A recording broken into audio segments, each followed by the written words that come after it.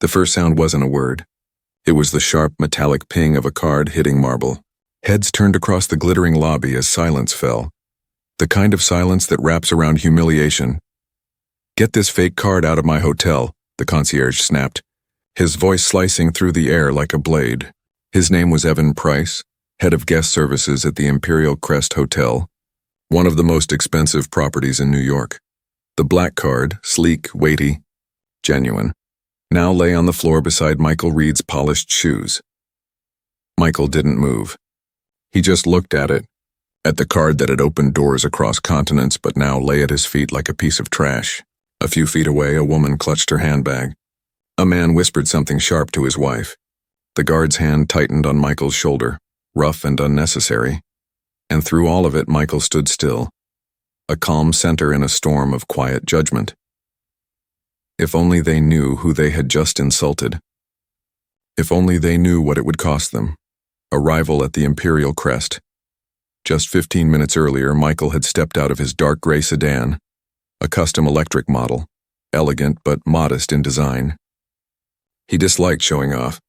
Power, he believed, should never need to shout. The doorman's greeting had faltered the instant he saw Michael's face. His warm smile froze. "Good evening, sir," he managed, but the tone had shifted, from respect to wary caution. Inside, the lobby shimmered like wealth incarnate. Crystal lights hung like frozen rain above white Italian marble. Every surface reflected luxury, but beneath that shine lingered something colder, an unspoken rule about who truly belonged. Michael approached the front desk where Evan was, finishing up with a woman dressed in pearls and perfume that cost more than rent. "So wonderful to see you again, Mrs. Carver," he said, voice coated in sugar. He handed her keys with both hands, head slightly bowed. Then Michael stepped forward. And everything changed. A subtle shift, the warmth vanished. The practiced smile dissolved.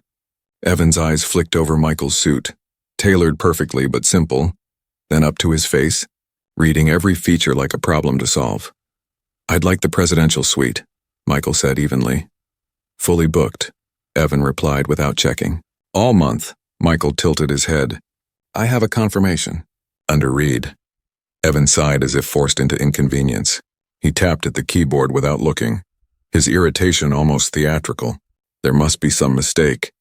In Evan's mind, there was no question. He'd seen this before in people trying to act rich, talk rich, look rich. And in his years behind that marble counter, he'd convinced himself he could always tell who belonged and who didn't. The black card. Michael placed his card on the counter with calm precision. It gleamed under the chandelier light. Evan's brow furrowed. He lifted it up like evidence in a crime scene, turning it toward the light as though searching for flaws invisible to the human eye. Whispers rippled through the lobby. A few guests glanced over, curious. Others smirked.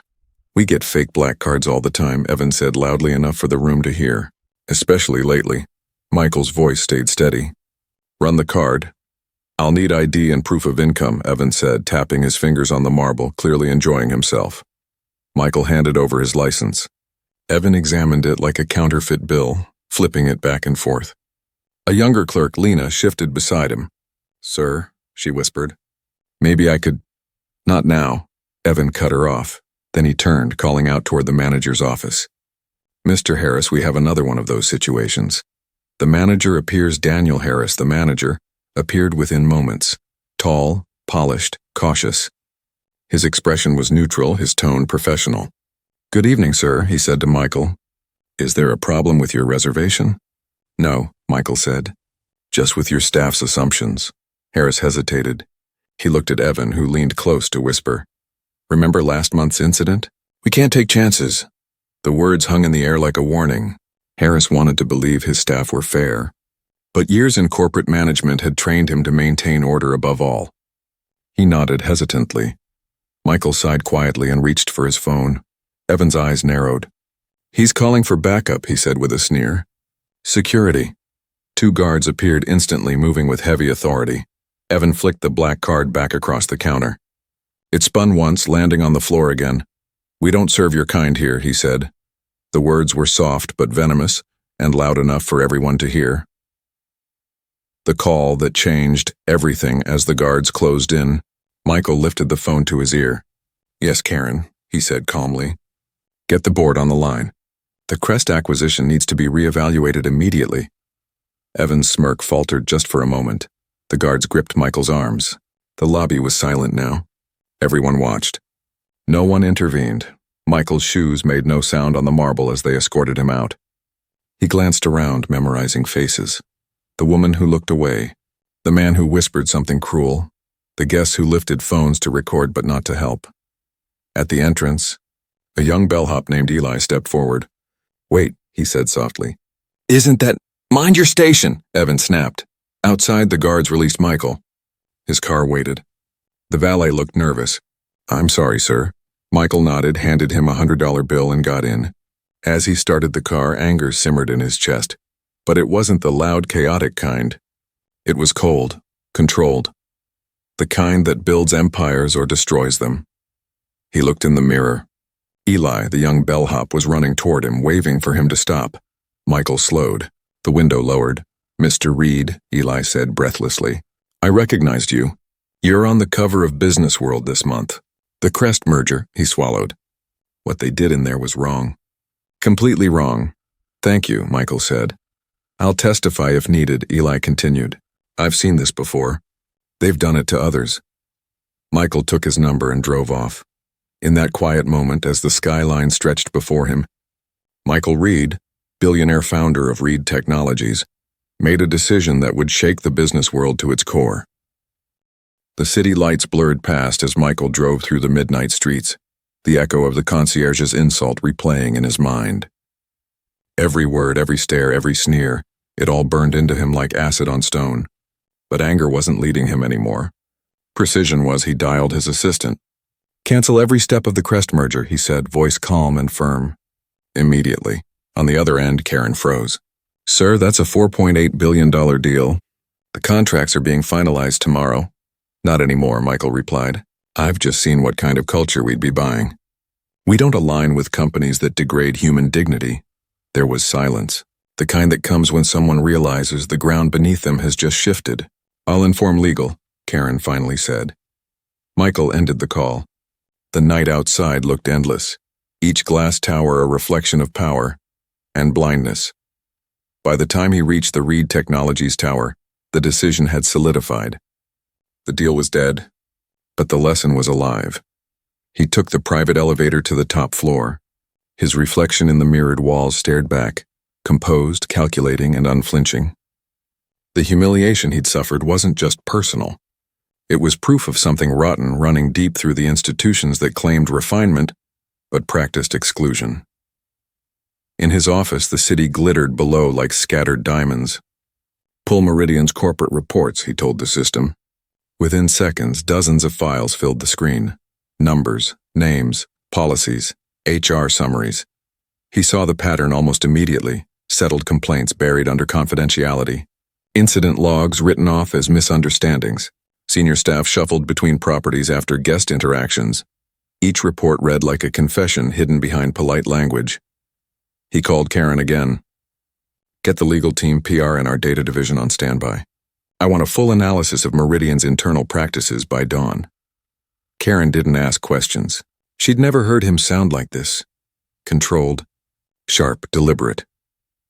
Hours later, Michael sat in the glow of a single desk lamp, scrolling through internal reports, witness statements, and public reviews. Patterns became stories. Stories became evidence. And evidence became ammunition. He picked up the phone again. "Contact Elaine Walker at Justice. I need her perspective." Elaine had been his law school rival, now a federal judge. When she answered, her voice softened. "Michael? It's been years. What's going on?" "I saw something tonight," he said. "Something that reminded me why I started this company in the first place." She listened as he described the incident, the card, the humiliation, the silence of the crowd. "You don't need my intervention," she said quietly. "You already know what to do. Power without principle is just another form of prejudice. Use yours differently." When the call ended, he sat in silence for a long time. Then he opened an encrypted file on his private server. The logo that appeared was one few people in the world had ever seen. An abstract symbol formed by the letters E and Q balanced on a scale. The Equity Commission. A secret organization Michael had quietly funded for over a decade. designed to investigate systemic corporate discrimination. He drafted a single message to the group. Subject: Meridian Hotels, immediate priority. Body: begin comprehensive audit. Secure evidence. Prepare publication within 72 hours. Across the city, encrypted alerts blinked to life on laptops and secure devices. Analysts, legal experts, and investigators moved into action. The quiet machinery of accountability had begun to turn. At dawn, financial analysts awoke to a shock. Breaking news flashed across every terminal. Reed Technologies suspends $4.8 billion acquisition of Meridian Hospitality Group. The markets trembled. Meridian stock dropped 5% within the first hour. Inside the Imperial Crest, chaos erupted. The general manager, Daniel Harris, stormed into the office of the regional director, his phone lighting up nonstop. "What the hell happened yesterday?" the director barked. Harris hesitated. A guest was accused of using a fake card. "There was a misunderstanding. Do you have any idea who that guest was?" When Harris shook his head, the director threw a tablet onto the desk. On the screen was Michael Reed's face on the front page of Business World. "Congratulations," the director said. "You just cost us $5 billion. The phone rang again. It was William Carter, CEO of Meridian. His voice trembled with fury. "Fix this," he ordered. "Do whatever it takes. Get him back," but it was already too late. The story had spread beyond recovery. By noon, Michael's name trended globally.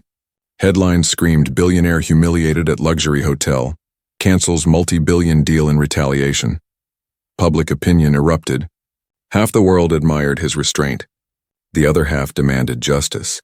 Inside Reed Technologies, Michael's executive team gathered in the conference room. Karen stood at the head, files in hand. "We've confirmed 15 discrimination complaints across Meridian's hotels in the last 3 years. 12 were settled quietly. 3 led to promotions." Michael leaned forward. "Compile every detail. We go public with proof, not anger." The room fell silent as he continued. "This isn't about one hotel or one insult. It's about a culture that hides behind chandeliers and marble, pretending dignity is a privilege." His executives nodded, sensing the gravity of what was unfolding. Meanwhile, at the Imperial Crest, Evan paced his small office, heart hammering. Rumors had already spread about the guest, the name, the fallout. He checked his phone. His face had been captured in a video online shouting, "We don't serve your kind here." The clip had gone viral. Comments flooded in. "This man ruined his company. Racism always comes with a price." By evening, reporters filled the hotel's front steps. Cameras flashed. Guests canceled reservations, and in an office overlooking Wall Street, William Carter watched his empire begin to unravel, stock charts plunging red. He tried to call Michael, voicemail. He tried again. Nothing.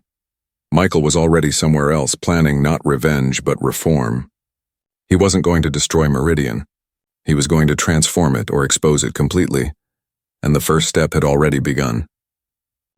By the next morning, the entire financial district buzzed with one question: why had Reed Technologies pulled out of the Meridian deal? Analysts speculated about legal risks, internal politics, even hidden financial trouble. None of them guessed the truth, that it began with a single moment of humiliation in a hotel lobby. Inside Reed Tower, Michael sat at the head of a long glass table.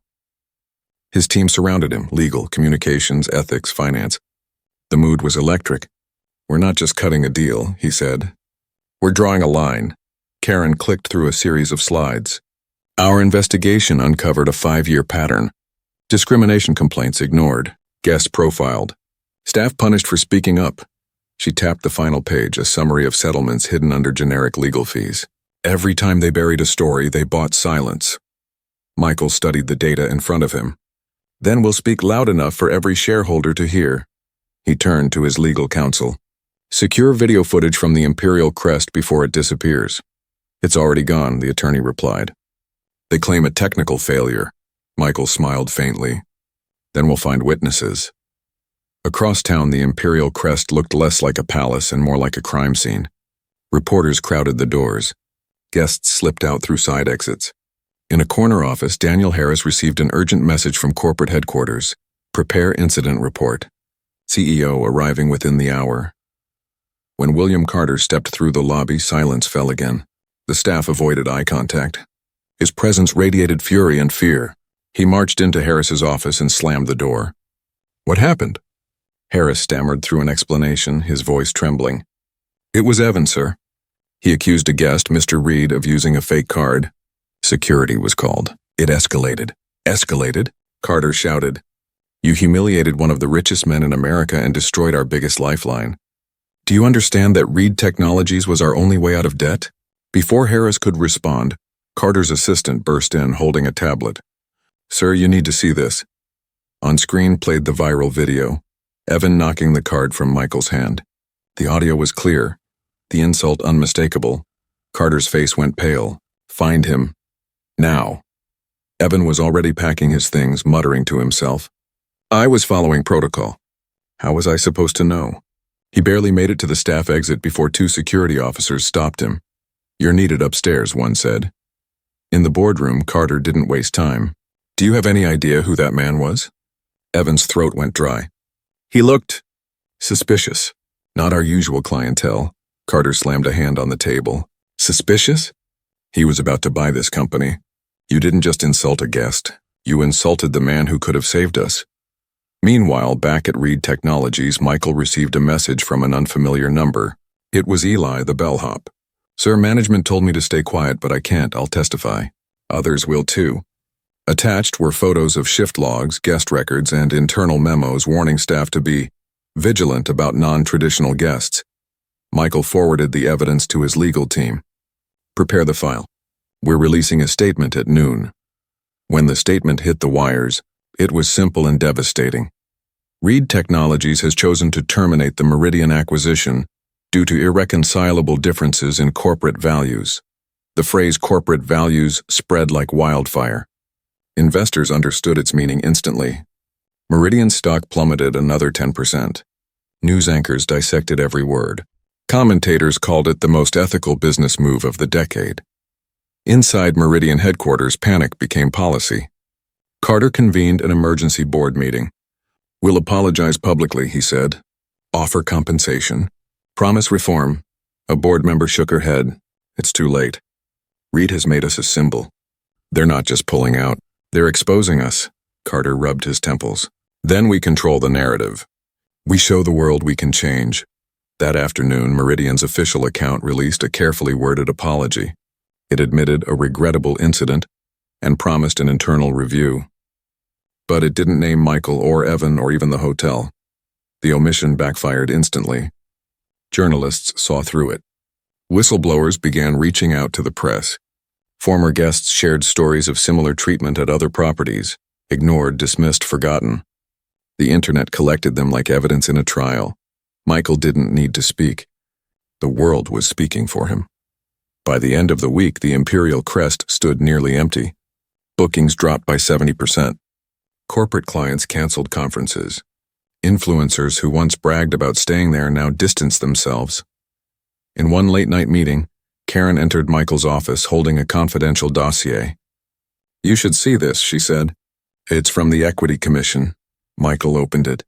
Inside was the full audit report, 50 pages detailing systemic bias, documented cover-ups, internal memos from executives dismissing discrimination complaints as image management issues.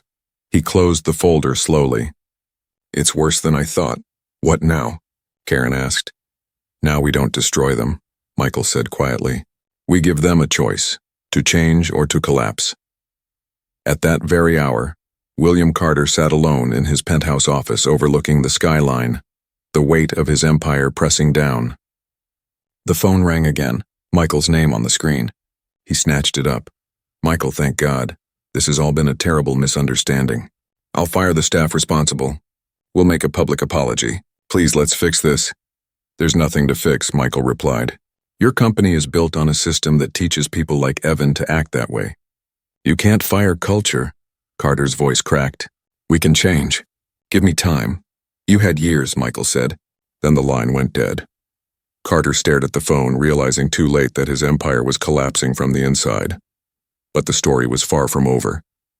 The next move wouldn't come from Wall Street or a hotel boardroom. It would come from Capitol Hill. The storm that had begun with one insult now roared across the nation. Every major network led with it. Commentators called it the most explosive corporate scandal in years. To the public, it was more than business. It was a reflection of the world they lived in, of what dignity was worth and who was allowed to have it. Michael didn't grant interviews. He didn't need to.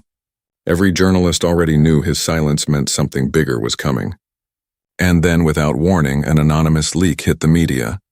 A 200-page report titled, "Patterns of Exclusion, an Inside Look at Meridian Hospitality." The findings were devastating. Dozens of documented cases of racial profiling, guest mistreatment, and manipulated diversity statistics. The report carried one line at the top, prepared by the Equity Commission. The public finally connected the dots. Michael wasn't just the victim of discrimination. He was the founder of the organization that exposed it. Social media exploded. Hashtags calling for boycotts of Meridian properties trended worldwide. Investors fled. By the time the markets closed that Friday, Meridian's stock had fallen 40%. Inside Meridian headquarters, panic reigned. William Carter sat at the head of a long conference table surrounded by a dozen exhausted board members. Every face was pale, every coffee cup untouched. "We're bleeding out," said Samantha Hale, the CFO. "We have 48 hours before lenders start calling in loans." Carter's voice cracked. "Then we need to get Reed back. I'll go public, take responsibility, whatever it takes." "You can't," Samantha replied, sliding a printed copy of the Equity Commission report across the table. "They have internal emails with your name on them. Approvals for staff transfers after complaints. You protected those people." Carter stared down at the pages. He recognized the messages. His own words looked foreign now. "Handle it quietly. Preserve our image." He had written that line 3 years ago without a thought. Now it was the sentence that would end his career. That evening, a new headline flashed across every screen. Congress announces hearings on corporate discrimination. The press release named Michael Reed as a primary witness. The hearing room in Washington was overflowing the day it began. Reporters lined the walls, cameras pointed toward the front, the buzz of conversation filling every corner. When Michael entered, the noise faded to a hush. He took his seat at the witness table, a calm figure in a tailored navy suit, his expression unreadable. Across from him, William Carter sat with his own counsel, sweating through his collar. Beside him sat a pale, hollow-eyed Evan Price, his career already destroyed but his bitterness intact. The committee chair, Representative Green, called the session to order. "Mr. Reed," she began, "please describe the events that occurred at the Imperial Crest Hotel." Michael's voice was steady. "The incident itself isn't the story. The real story is what followed. How one moment revealed an entire structure built on quiet prejudice. I wasn't the first person treated that way. I was simply the one who refused to stay silent." He described the night calmly, each detail sharp but never exaggerated. The concierge's words, the crowd's silence, the calm phone call that ended a $4 billion acquisition. When he finished, the room was silent again, this time out of respect. Representative Green leaned forward. "Mr. Reed, what do you believe must change?" Michael didn't hesitate. "Transparency. Every company should be required to report discrimination settlements to their shareholders. Executives should be accountable for the cultures they create. And whistleblowers, people who tell the truth, should never be silenced by non-disclosure agreements." His proposals sent murmurs through the chamber. They were radical but impossible to dismiss. Then came Evan's turn. He adjusted his tie, already stained with sweat. "I'm being persecuted," he began, his voice trembling. "I was following training. We were told to be cautious, to protect the hotel's reputation. Anyone could have made the same mistake." A representative cut in sharply. "What made you suspicious of Mr. Reed?" Evan faltered. "His demeanor. He didn't fit the typical profile of our guests." "And what profile is that?" The representative pressed, Evan stammered. "Well, people who look the part." The words hung in the air, heavy and ugly. Gasps rippled through the room. The camera zoomed in on his face, catching the moment he realized what he'd just confessed. William Carter buried his head in his hands. Michael said nothing. He didn't need to. The truth was doing the work. By the end of the hearing, the committee had promised to draft new legislation inspired by Michael's proposals. Reporters swarmed him in the hallway. "Do you think this will change anything?" One asked. Michael paused. Change doesn't begin in Congress, he said. It begins when people stop excusing what they know is wrong. That night, the footage dominated every channel. Evan's broken testimony replayed on loop. Carter's emails appeared in bold headlines. And for the first time in decades, the hospitality industry faced real accountability. In the days that followed, Meridian's board held an emergency vote. Carter was removed as CEO by unanimous decision. Samantha Hale was appointed interim leader with a mandate to cooperate fully with federal investigators and implement sweeping reforms. Under mounting pressure, Meridian reached out to the Equity Commission, requesting guidance for restructuring. For the first time, Michael's organization was recognized publicly as the leading authority on corporate ethics. While Meridian collapsed, others took notice. Dozens of major corporations quietly contacted the commission, asking for audits, hoping to clean house before they became the next Meridian. And for Michael, the calls never stopped. Journalists wanted quotes, CEOs wanted consultations, politicians wanted endorsements. But through all of it, he stayed focused. This wasn't about fame or vengeance. It was about the quiet reckoning he'd waited years to see. Late one evening, Karen entered his office holding a fresh report. Meridian's hotels are rebranding, she said. They're calling it the Beacon Initiative. They've adopted every reform we recommended. Michael looked up from his desk. And the people? They've rehired the whistleblowers. Promoted them even. He smiled faintly. Then maybe this time something actually changed.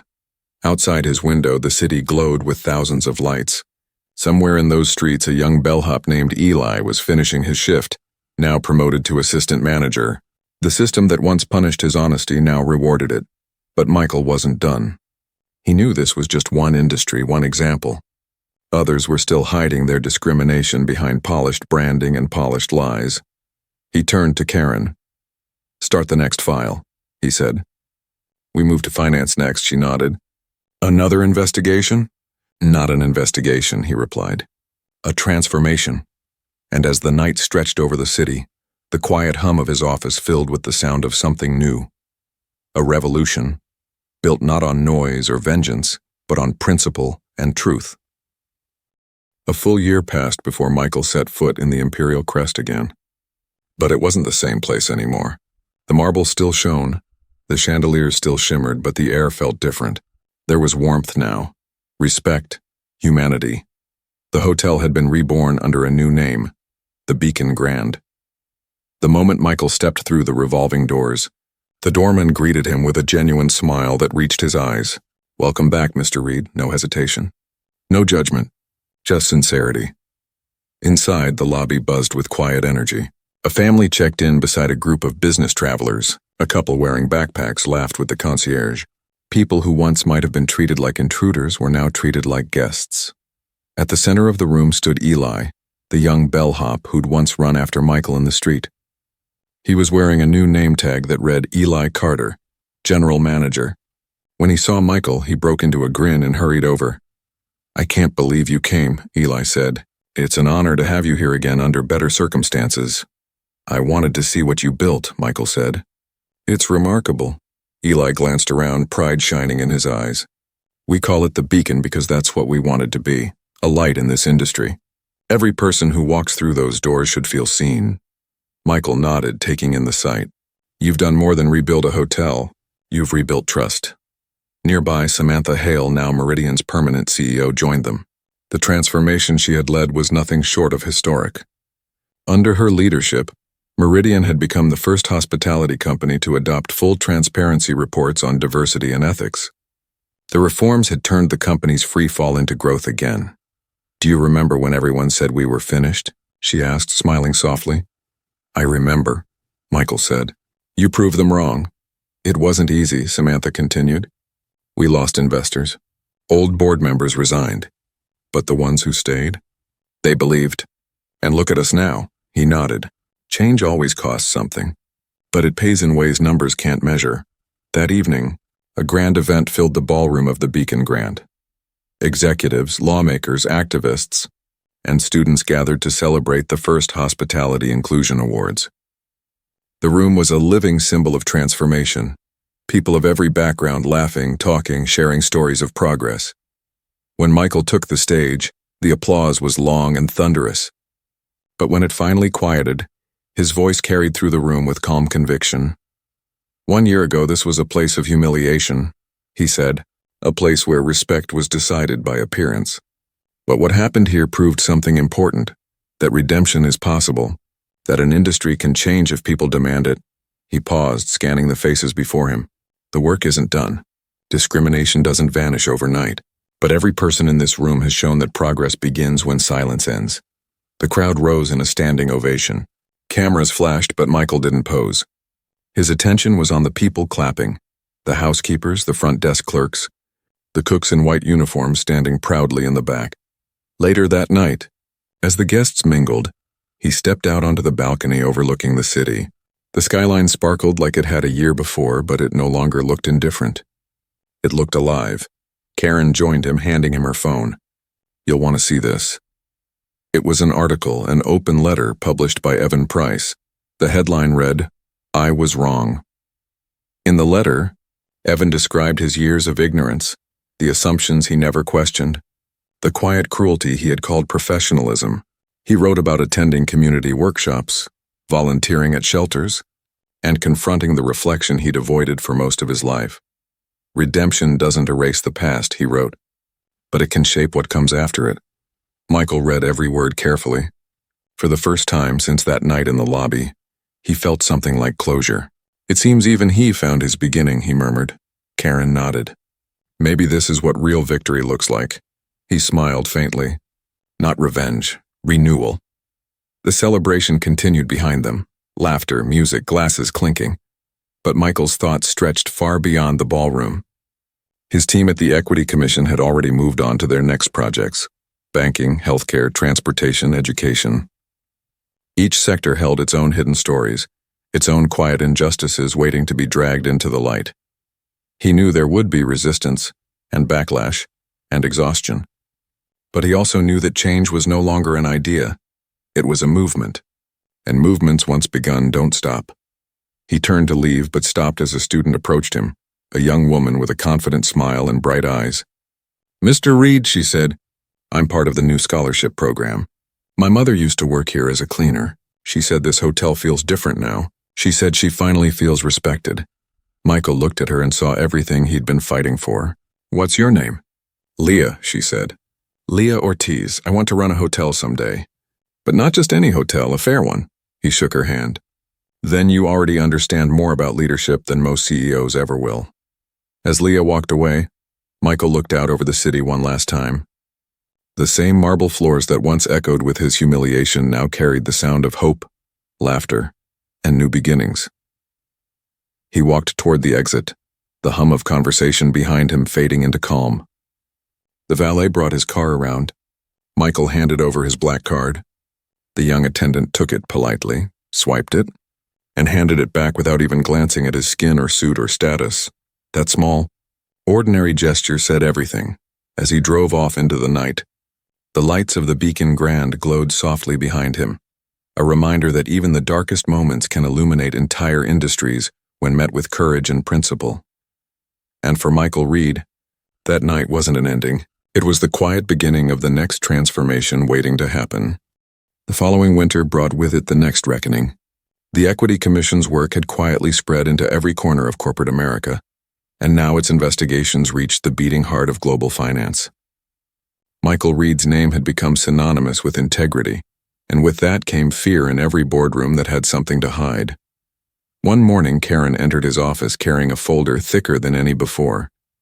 "We finished the audit," she said. "It's worse than Meridian. This time it's the banks." Michael opened the report. Inside were pages of internal communications between executives at one of the largest investment firms in the world. Casual racism disguised as policy, clients profiled by surname, entire neighborhoods redlined under the cover of risk management. He closed the file slowly. "It's happening again," he said. "Different suits. Same disease." Karen hesitated. "Are we ready for another war?" He looked out at the skyline. "This isn't war. It's truth catching up." 3 months later, the same story unfolded on an even grander stage. Whistleblowers came forward. Reports leaked. Another congressional hearing loomed. But this time something had changed. The world was ready. When Michael testified again, the crowd didn't see just a man with power. They saw a leader who had turned his pain into purpose. He spoke not of revenge but of reform, not of punishment but of balance. The senators asked hard questions, but he answered each one with quiet clarity. Discrimination isn't a glitch in the system, he said. It is the system, and it stays alive when decent people convince themselves it's someone else's problem. Every camera in the room caught those words. By the next day, they were quoted in headlines, printed on posters, taught in classrooms. In the months that followed, companies everywhere raced to implement equity standards before the Commission's auditors ever reached their doors. Entire industries shifted their focus not from fear but from realization. Ethical business wasn't a liability anymore. It was survival. Back in New York, the Beacon Grand thrived. It had become more than a hotel. It was a symbol, a case study in redemption. Tourists came to see the place where a $4.8 billion lesson had begun. And every new employee learned the same first rule during training. Luxury means respect. That evening, Michael returned once more, unannounced. He walked through the lobby unnoticed for the first time, just another man in a crowd of travelers. It was exactly how he wanted it. Eli spotted him eventually and approached with a smile. You slipped in quietly this time.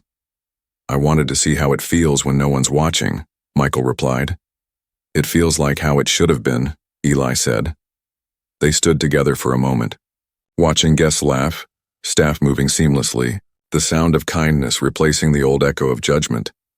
Do you ever think, Eli asked softly, that maybe none of this would have happened if that night hadn't? Michael thought about it. Sometimes change doesn't come from perfection, he said. Sometimes it starts with the loudest mistake. He checked his phone. A message waited from Karen. Senate passed the Corporate Accountability Act. All 3 proposals approved. He showed Eli the screen. That's the real ending, he said. The world just changed a little more. As he stepped outside, snow began to fall, each flake catching the glow from the hotel lights. He paused, watching the city transform under a soft white veil, clean and quiet. He thought of everyone who had been humiliated, dismissed, or silenced, and how one moment of injustice had become a spark for millions. The wind carried faint laughter from inside the beacon, warm against the winter air. Michael smiled to himself, knowing this story had never been about a card or a deal or even him. It was about what happens when one person refuses to bow to arrogance and instead turns pain into a mirror for the world. He got into his car, placed the black card back in his wallet, and drove away through the sleeping city. Somewhere ahead waited new doors, new systems, and new truths to face. For the first time in his life, Michael Reed wasn't chasing transformation. He was the transformation, and this time the world was finally ready to follow.